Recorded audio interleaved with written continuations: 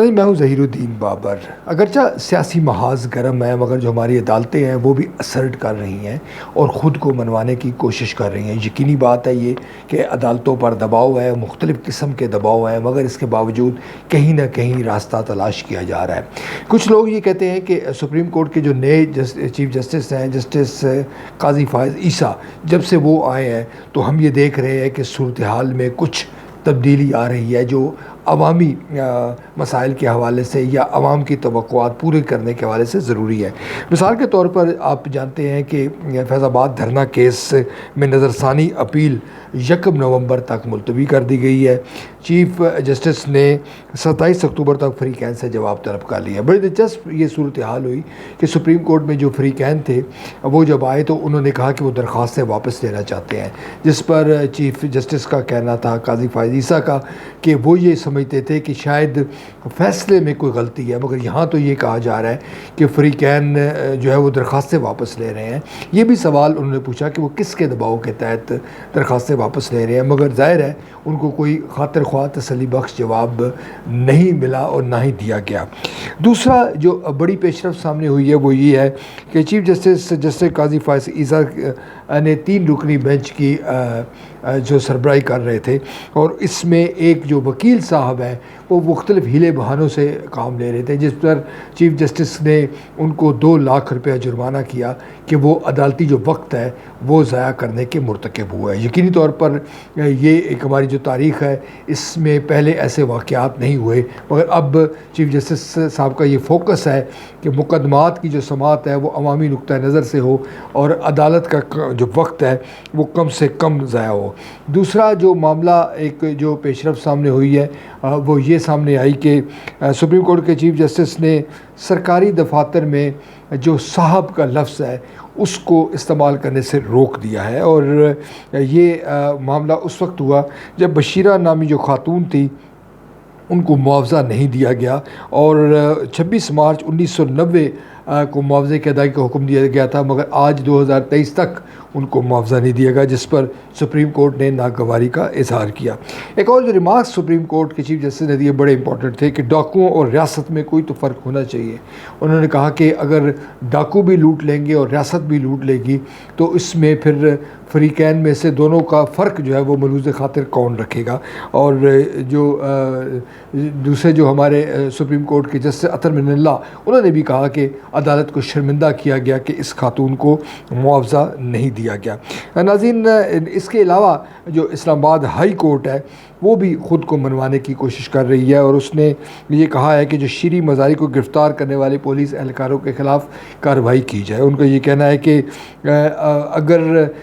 قانونی طور پر یہ معاملہ نہیں نپٹا تو پھر مزید اس پر آگے بڑھا جائے گا۔ اسلام آباد کے جسٹس میاں گل حسن نے یہ ریمارکس دی ہیں کہ بظاہر یہ عدالتی حکم کی خلاف ورزی ہوئی ہے۔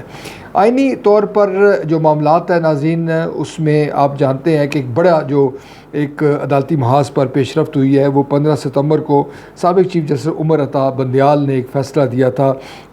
جس میں پاکستان تحریک انصاف کی جو درخواست تھی نیب میں ترامیم کے حوالے سے، اس میں بیشتر ترامیم کو کالعدم قرار دے دیا گیا تھا، اور یہ کہا تھا کہ یہ تمام جو ترامیم ہے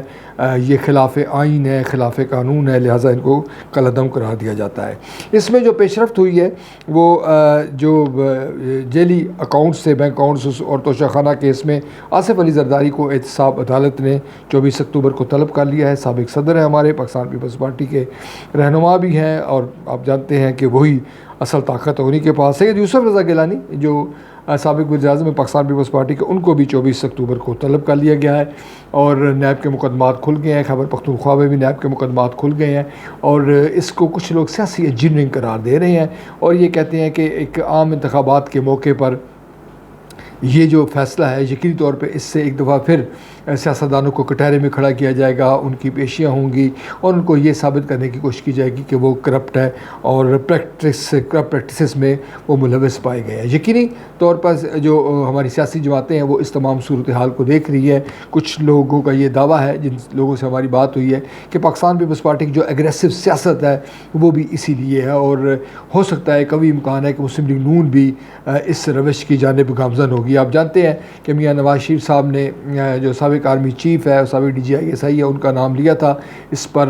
قومی میڈیا میں بحث مباحثہ بھی شروع ہو گیا تھا۔ شہباز شریف کی آمد و رفت جو لندن سے پاکستان آئی، یہ بھی کہا گیا کہ ان پر یہ دباؤ ہے، مگر جو اطلاعات ہیں وہ کچھ لوگ یہ کہہ رہے ہیں کہ میاں نواز شریف صاحب نے کمپرومائزڈ کر لیا ہے اور اب انہوں نے کہا ہے کہ وہ اس قسم کے الزامات عائد نہیں کریں گے، مگر دوسری جانب نون لیگ یہ تاثر بھی دے رہی ہے کہ وہ یہی بیانیہ لے کر جو لوگوں کے پاس یعنی انتخابات میں جائے گی۔ اب میاں نواز شریف صاحب اگر پاکستان تشریف لاتے ہیں اور اس کے بعد بھی یہ سوال ہے کہ کیا وہ فوری طور پر ان کو جیل میں منتقل کیا جائے گا، کیونکہ وہ ایک مفرور کی حیثیت سے عدالتی کارروائی میں موجود ہے، اور یا کوئی کمپرومائز کر کے کچھ دن وہ جیل میں رہیں گے، اس کے بعد ان کی ضمانت ہو جائے گی۔ یہ تمام امور ہمیں آنے والے دنوں میں نظر آئیں گے، مگر یہ اب یہ کہا جا رہا ہے کہ ہماری جو عدالتیں ہیں وہ کہیں نہ کہیں خود کو منوا رہی ہیں اور خود وہ کوشش کر رہی ہیں کہ جو اس وقت دباؤ ہے مختلف ہیلے بہانوں سے ان پر، اس دباؤ میں وہ یہ اس بات کو ثابت کریں کہ وہ آئین اور قانون کے ساتھ ہیں، اور عوام کو ریلیف دینے کے حوالے سے یا سیاستدانوں کو ریلیف دینے کے حوالے سے وہ کچھ نہ کچھ اقدامات ضرور اٹھا رہی ہیں۔